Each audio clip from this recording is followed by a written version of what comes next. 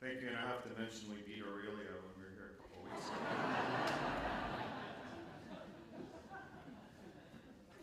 I also, before I begin, would like to, as is our custom in First Nations country, to give thanks to the Rama First Nations for giving us the hospitality and welcoming them to us to their territory. This is part of our custom, and I do like to honor that.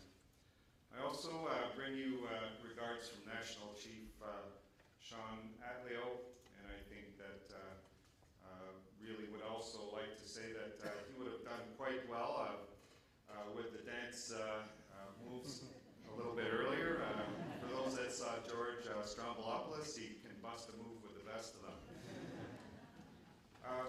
I think as well, I want to state a bit about education and why that's been selected. I think some of the discussions about determinants of well-being, determinants of health, obviously education is a key in terms of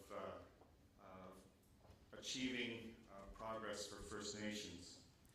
And within that, it's really exciting to be here, and I'd like to thank Scott Haldane that this is perhaps the first step of our relationship that we've developed under the MOU, and that potentially some of the dialogue here and some of the discussion here can advance our mutual interests as organizations and as people and as movements within Canada.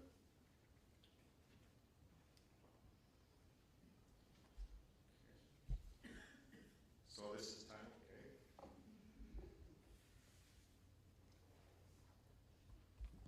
Okay, I think one of the first things is that it's very clear that the school system is failing Aboriginal people in Canada. You know, this is well documented. Michael Mendelssohn was one of the individuals that spoke to that. And really, we want to move beyond recognizing that and move to courses of actions. I think the other piece of this is that it's really imperative that we make progress in this area, because as has been stated, in 95-96, 33.9% of unreserved First Nations graduated from high school. By 2001 and 2, this number had actually declined to 29%, and then we've seen some progress recently where it's come back up to 36%. But obviously you can see that this is not real progress, and that this actually lags behind development in the country by at least 20 years. So the rate and pace of change really has to be increased. And if you look at the proportion of people aged 20 to 24 with no high school diploma, you can see that 61.1% of First Nations people on reserve do not have a high school diploma. So again, the implications of job readiness and all of the benefits of education, including how to deal with employment, how to deal with the life's issues, not only health but other matters, obviously is affected by this. Then looking at post-secondary attainment, if we look at the gap there, and I think some of the previous speakers' description of what happens in terms of gaps, I think is particularly applicable here. But in 2001, 6% of First Nations people aged 25 to 34 had a university degree compared to 23% for the general Canadian population. Although it's increased to 8%, this gap is still growing, since the rate is 26% for the general Canadian population. So again, a huge disparity in terms of the number of graduates that we would need in order to close the kind of gap that was described, and to be a graduation nation. I think obviously focusing on First Nations people will be a key in attaining this important goal.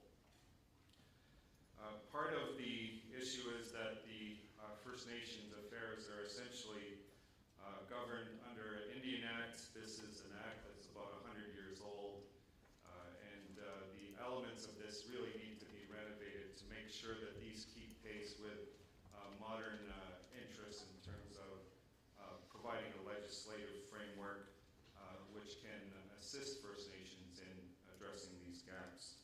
And I'll just mention that very briefly. And this act and current policy really talks about comparable education programs, but really it's not clear what that means. Standards are not clear in terms of attaining those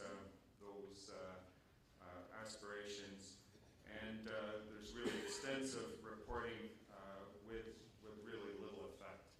That this is not of benefit, does not help achieve goals, and essentially the disparity between First Nations schools and provincial schools is significant, and what we are seeing is that there's a disparity of $2,000 to $3,000 per school, per pupil, which is significant.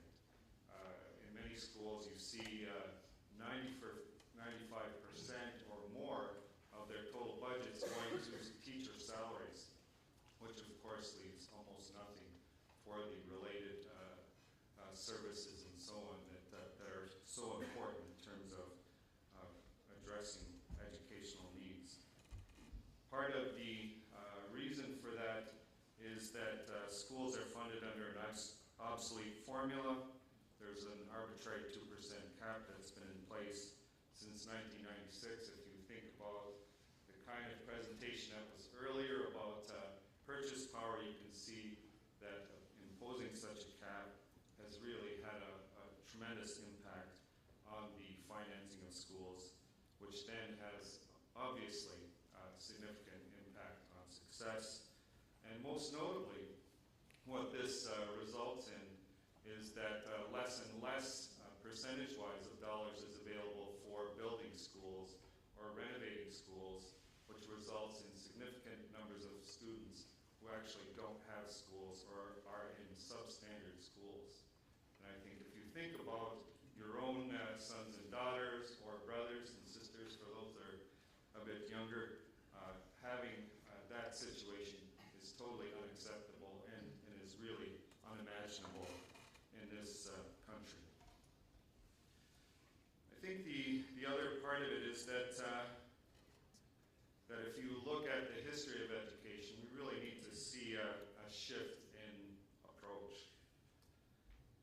If we look back to some of the first superintendents of education in terms of First Nations people, really the view was one of eradicating the Indian and the child. And I'll let you read the quote there.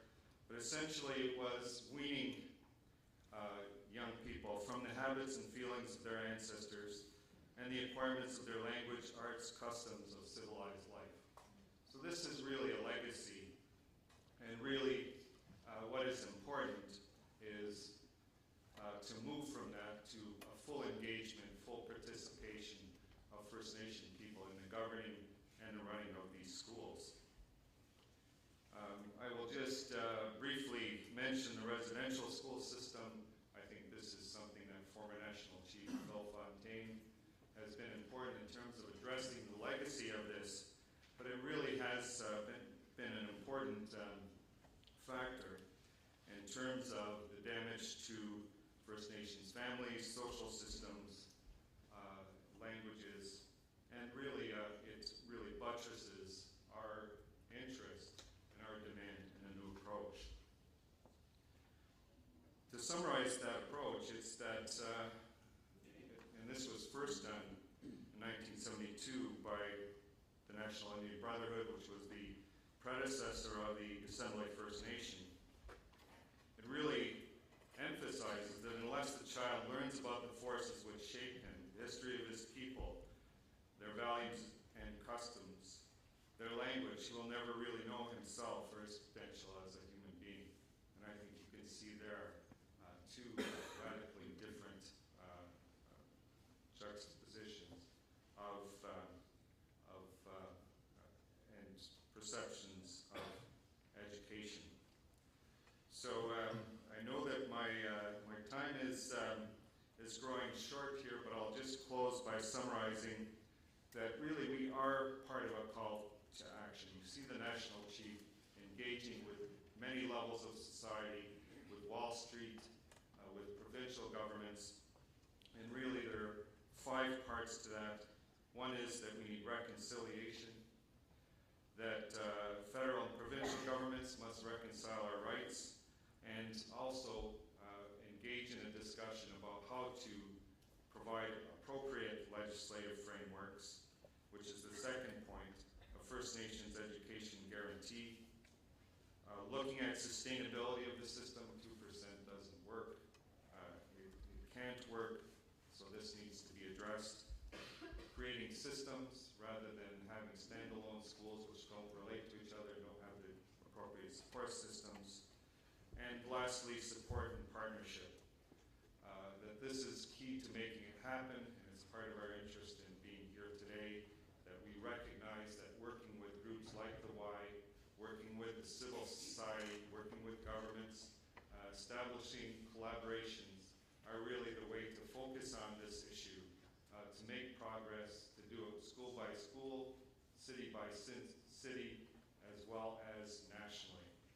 So with that, I'll conclude and to state that be very interested in discussing this in our workshop, and like to thank Scott for inviting me